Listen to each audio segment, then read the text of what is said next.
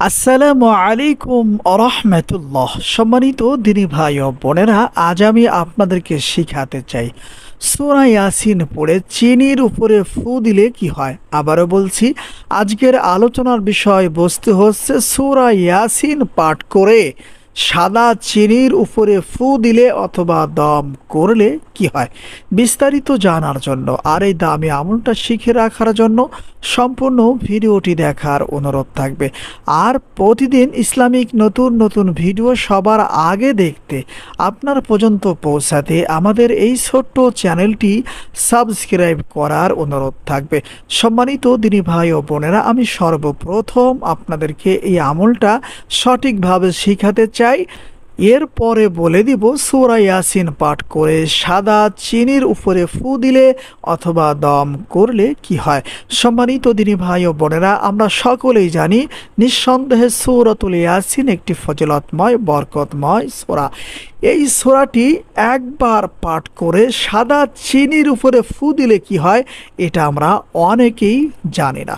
সম্মানিত দিনী ভাই ও বোনেরা, এই আমলটা করার জন্য আমাদেরকে সামান্য একটু সাদা চিনি ক্রয় করে আনতে হবে। এরপরে কোনো একদিন ফজরের নামাজের পরে অথবা যখন প্রয়োজন মনে করবেন তখন এই আমলটা করে নেওয়ার চেষ্টা করবেন। অবশ্যই অজু অবস্থায় এই আমলটা করার চেষ্টা করবেন। ধরে নিন এখন এই মুহূর্তে সূরা ইয়াসিনের এই আমলটা আমার খুব প্রয়োজন, তাই আপনাদেরকে করে দেখাচ্ছি। আমি এই আমলটা করে দেখানোর জন্য সামান্য একটু চিনি নিয়ে নিয়েছি। আমি যেভাবে আমলটা করব আপনারা চেষ্টা করবেন হুবহু আমার মতো করে আমলটা করার জন্য। সর্বপ্রথম আমাদের কাজ হচ্ছে তিনবার ইস্তিগফার পাঠ করে নেয়া। আস্তাগফিরুল্লাহ রাব্বি মিন কুল্লি যামবি ওয়া আতুবু ইলাইহি।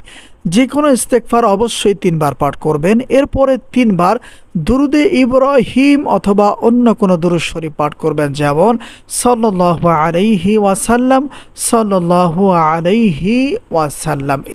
এরপরে কষ্ট করে একবার সূরা ইয়াসিন শুরু থেকে শেষ পর্যন্ত বিশুদ্ধ উচ্চারণে একবার পড়তে হবে। যদি নিজে করতে না পারেন অন্য কাউকে দিয়ে একবার এই আমলটা করিয়ে নেওয়ার চেষ্টা করবেন। সম্মানিত দিনী ভাই ও বোনেরা, তিনবার ইস্তিগফার তিনবার দুরূদ শরীফ পাঠ করা হয়ে গেলে চিনিতে কোনো ফু দেওয়ার প্রয়োজন হবে না।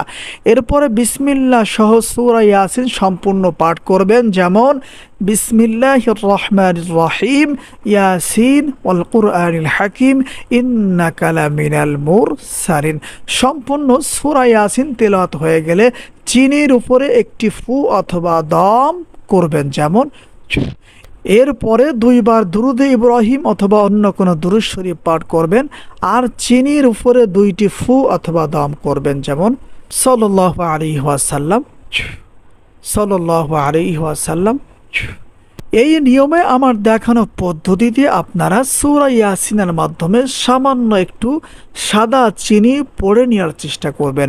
সম্মানিত দিনী ভাই ও বোনেরা, ধরে নিন আপনারা আমার দেখানো পদ্ধতিতে সাদা চিনি পড়ে নিয়েছেন। এখন এই চিনি কি করবেন, কার জন্য এই আমলটা করবেন, এখন আপনাদেরকে বলে দিব। সূরা ইয়াসিন পড়ে সাদা চিনির উপরে ফু দিলে কি হয়। সম্মানিত দিনী ভাই ও বোনেরা, এই আমলটা আপনারা তখন করবেন যখন কোনো মা বোনদের প্রসব বেদনা শুরু হবে। বাচ্চা হওয়ার আগে যে ব্যথা বেদনা শুরু হয়, এই কঠিন ব্যথা বেদনার সময় আপনারা কষ্ট করে অজু অবস্থায় সূরা ইয়াসিনের এই আমলটা করবেন। এরপরে সেই পড়া চিনি থেকে সামান্য করে চিনি তাদেরকে চিবায়া খাইতে বলবেন।